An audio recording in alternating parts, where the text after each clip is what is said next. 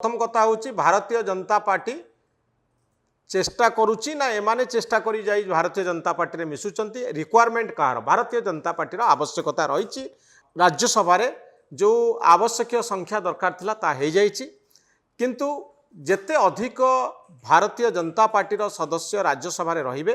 दल सेते सुदृढ़ हेबो। कांग्रेस बा इंडिया मेंटर जो अटैक चली सेथुरु निजुकु बंचाइबा पाई हेले निजर दल को सुदृढ़ करबा पाई हेले निजर दुर्ग को मजबूत करबा पाई हेले बिजु जनता दलर जदि किछि सांसद आसी जानती निश्चित भाव में भारतीय जनता पार्टी पाई गोटे भल खबर हबो। एवं द्वितीय कथाटी होउछि जे ओडिशा रे बिजु जनता दल को दुर्बल करबा पाई ये होउछि गोटे अमोघ अस्त्र। आपण देखिबे जे विधानसभा रे वर्तमान समय रे 51 जन विधायक अछंती तेणु बिजु जनता दलर मनोबल भांगिबा पाई ये गोटे बड़ प्रयास। बिजु जनता दल जो भली ढंगरे 24 वर्ष क्षमतार रहिथिला 24 वर्ष भितरे भारतीय जनता पार्टी आउ कांग्रेस को दुर्बल करबा पाई कोनोसी सुजोगर हाथ छड़ा करि नथिला बिजु जनता दल। आपण माने जानिथिबे अनेक तुंग नेता वर्तमान अछंती बीजेडी रे जो माने एकदा भारतीय जनता पार्टी रे थिले बा कांग्रेस पार्टी रे थिले तो ये संख्या बहुत बड़ बहुत लंबा किंतु आजिर दिन में जितेबाला चक बुली जाइछि सत्ता पलटि जाइछि सेतिकी बेले बीजेपी समान ढंगरे काम करुछि अर्थात हिस्ट्री रिपीट्स इटसेल्फ इतिहासर पुनरावृत्ति हुए इतिहास पुणी आसे जदिओ इतिहास बदलु थाए किंतु पुराना कथार रिपीट हुए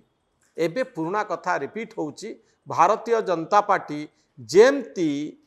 बिजु जनता दल पावर प्ले करुथला सेमती बीजेपी बर्तमान पावर प्ले करुछि आउ ममता महंतंक परे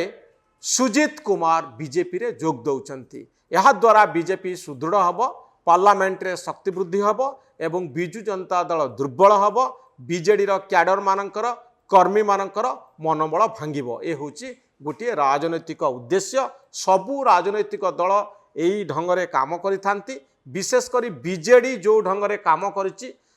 बीजेपी आउ कांग्रेस को फटेइछि अनेक नेता को दल को नहींछि कर्मी सरपंचों ठारू आरंभ करी तुंग नेता पर्यंत समस्ते भारतीय जनता पार्टी एवं कांग्रेस अनेक नेता आसी जोग देइछंती। तेणु वर्तमान समय पड़ी बीजेपी जेहेतु डबल इंजिन सरकार चली बीजेपी केन्द्र रे अच्छी बीजेपी राज्य रे अच्छी तेणु बिजु जनता दल को दुर्बल करने गोटे स्वाभाविक राजनैतिक प्रक्रिया यह हूँ पावर प्ले। आपण ये नैतिकतार कथा कही पारती किंतु राजनीति रे निज दल को जितेबा पाई गोटी चालना करवा हूँ धर्म जो धर्म बीजेडी पालन करुला आज बीजेपी से ही धर्म पालन करुच्ची।